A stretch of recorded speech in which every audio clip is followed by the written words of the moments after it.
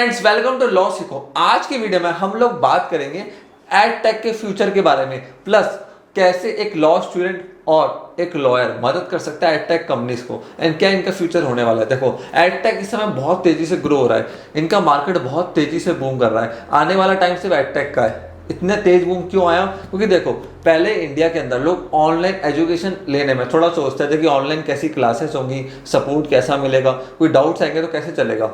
अब लॉकडाउन लग गया है तो सब कुछ ऑनलाइन हो गया, बच्चे शिफ्ट कर नहीं सकते, ट्रैवल कर नहीं सकते, सबको घर बैठे बैठे पढ़ाई करनी है। तो एड टेक ने बहुत तेज ग्रोथ देखी। इवन हमारी कंपनी लॉ सीखो ने बहुत ज़्यादा तेज ग्रोथ देखी इस ड्यूरिंग लॉकडाउन। क्यों? क्योंकि हमारे पास बहुत सारे स्टूडेंट्स आए जिनको ऑनलाइन पढ़ाई करनी थी।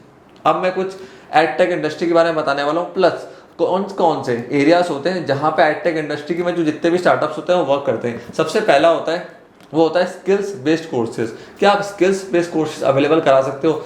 जैसे कि किसी को डांस सीखना है, म्यूजिक सीखना है, वीडियो एडिटिंग सीखनी है, स्पीकिंग की क्लासेस लेनी है ऑनलाइन, की पब्लिक स्पीकर कैसे बनते हैं, ऐसे बहुत तरह के कोर्सेज होते हैं ऑनलाइन। मेरा एक क्लाइंट है लर्न विद गुरुजी। अब वो एक स्किल बेस्ड कोर्स प्लेटफॉर्म लेकर आए जहाँ पे कोई भी टीचर अपनी वीडियोस अपलोड कर सकता है और स्टूडेंट्स को सेल आउट कर सकता है। दूसरे तरह के प्लेटफॉर्म्स ये होते हैं एंट्रेंस एग्जाम के लिए। किसी को क्लैट क्लियर करना है, किसी को कैट क्लियर करना है, सबके अलग अलग डिमांड है। IIT, PMT. अब वहाँ पे स्टूडेंट्स आपको पे करते हैं कि कैसे वो एंट्रेंस एग्जाम क्लियर कर सकते हैं। पूरा सिलेबस आप लोग अपलोड कर देते हो विथ वीडियोस एंड वो उसको ऑनलाइन वॉच करते हैं। तो इस तरह के भी एडटेक प्लेटफॉर्म्स आने लगे हैं एंड काफ़ी तेज़ी से इनका मार्केट भी बड़ा बूम हो रहा है। क्योंकि बच्चों को पहले आईआईटी के लिए, पीएमटी की तैयारी के लिए या तो कोटा मूव करना पड़ता था या किसी दूसरी बड़ी सिटी के अंदर मूव करना पड़ता था। फिर तीसरे आते हैं कोर्सेज के लिए। कोई स्पेसिफिक कोर्स है, कोई सीए का कोर्स है, सीएस का कोर्स है, एलएलबी का कोर्स है, कोई लॉ का कोर्स है, जैसे लॉ सीखो। तो अगर आपका एक प्लेटफॉर्म है जहाँ पे आप कोर्सेज के लिए बच्चों को तैयार कर रहे हो तो वहाँ पे भी काफ़ी अच्छा स्कोप है इस समय इंडिया के अंदर। अब मैं बात करूँगा, अगर आप एक कॉर्पोरेट लॉयर हो या फिर एक स्टूडेंट हो तो आप कैसे किसी एडटेक कंपनी को मदद कर सकते हो ग्रोथ के अंदर। तो आइए चालू करते हैं। सबसे पहली चीज़ जो रिक्वायरमेंट होती है वो होता है डोमेन सिलेक्ट करना, फिर उसको चूज करना, फिर उसको परचेज करना। आपको अपने क्लाइंट को गाइड करना पड़ेगा कि आपके कोर्सेज कौन कौन से सिटी के अंदर, स्टेट के अंदर, कंट्री के अंदर बिकिंग है। उस हिसाब से डोमेन को बुक करना और लेना जरूरी होता है। दूसरी चीज़ आती है वर्ड मार्क लेना और ट्रेडमार्क को रजिस्टर्ड कराना। अब ये वर्ड मार्क क्या होता है? देखो, अगर आप ऑनलाइन इंडस्ट्री के अंदर हो ना तो डोमेन प्रोटेक्शन के लिए आपको वर्ड मार्क रजिस्टर्ड कराना पड़ता है। वर्ड मार्क से भी ट्रेडमार्क का टाइप होता है, जैसे डिवाइस मार्क होता है। मैंने ऑलरेडी वीडियोस बना रखी है, वर्ड मार्क क्या होता है, डिवाइस मार्क क्या होता है, आप जाके चेकआउट कर सकते हो।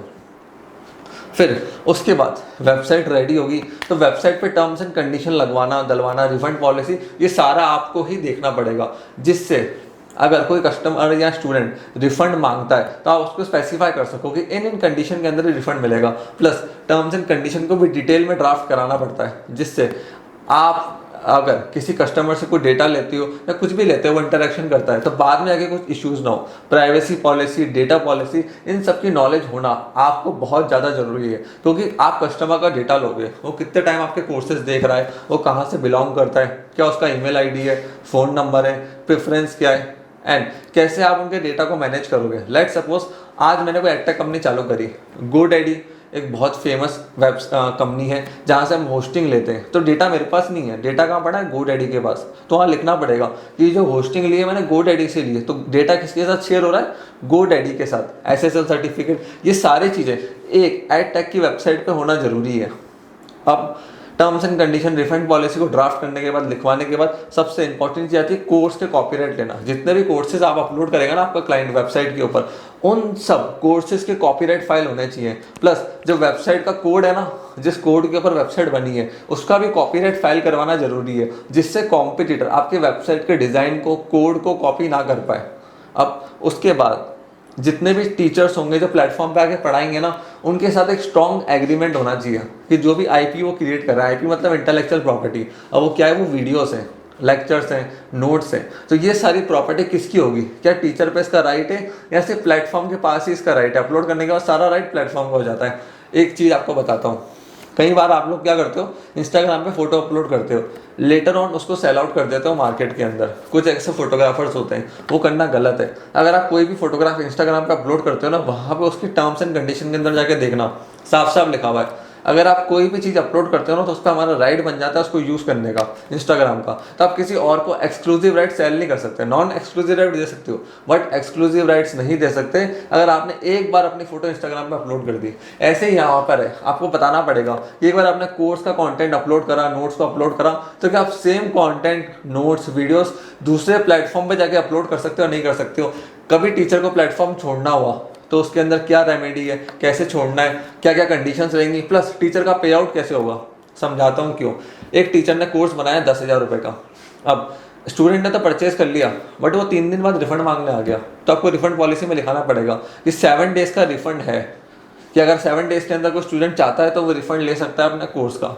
अब आपने तो टीचर को सेम डे पे आउट कर दिया था वहाँ पे, और स्टूडेंट आ गया चौथे दिन या 5वें दिन की मुझे मेरा रिफंड चाहिए, तो वहाँ पे क्या टीचर से आप पहले पैसा वापस मांगोगे फिर स्टूडेंट को रिफंड दोगे? नहीं, बहुत उलझन हो जाएगी, कंफ्यूजन हो जाएगा। उसके अंदर कुछ नहीं करना, 7 डेज का तो आपको स्टूडेंट के साथ रखना है रिफंड पॉलिसी का, फिर टीचर के साथ रखो कि जैसे ही स्टूडेंट का 7 डेज का पीरियड खत्म होगा उसके 30 डेज बाद हम आपका पे आउट क्लियर कर देंगे। प्लस अगर कोई स्टूडेंट को 7 दिन बाद दिक्कत लगती है और आपने जैसे प्लेटफॉर्म उसने मना कर दिया और स्टूडेंट ने केस फाइल कर दिया प्लेटफॉर्म के ऊपर, तो भी कंपनी पेमेंट रोक सकती है टीचर का, जिससे कंपनी और टीचर के बीच में कोई डिस्प्यूट ना हो पेमेंट को लेके, क्योंकि आप बार बार टीचर से थोड़ा रिकवरी करोगे अपने पैसों की। तो इस क्लॉज को, पॉइंट को दलवाना है, इस एग्रीमेंट को अच्छे से ड्राफ्ट कराना बहुत ज़्यादा जरूरी होता है एक एडटेक कंपनी के लिए। सो फ्रेंड्स, ये कुछ इंपॉर्टेंट चीज़ें थी जो एक एडटेक कंपनी को करना जरूरी है, और अगर आप एक कॉर्पोरेट लॉयर है तो आपको डेफिनेटली उसको एडवाइस करना होगा इन सारे पॉइंट्स के ऊपर, जिससे लेटर ऑन को कोई इशू ना है एडटेक कंपनी के अंदर।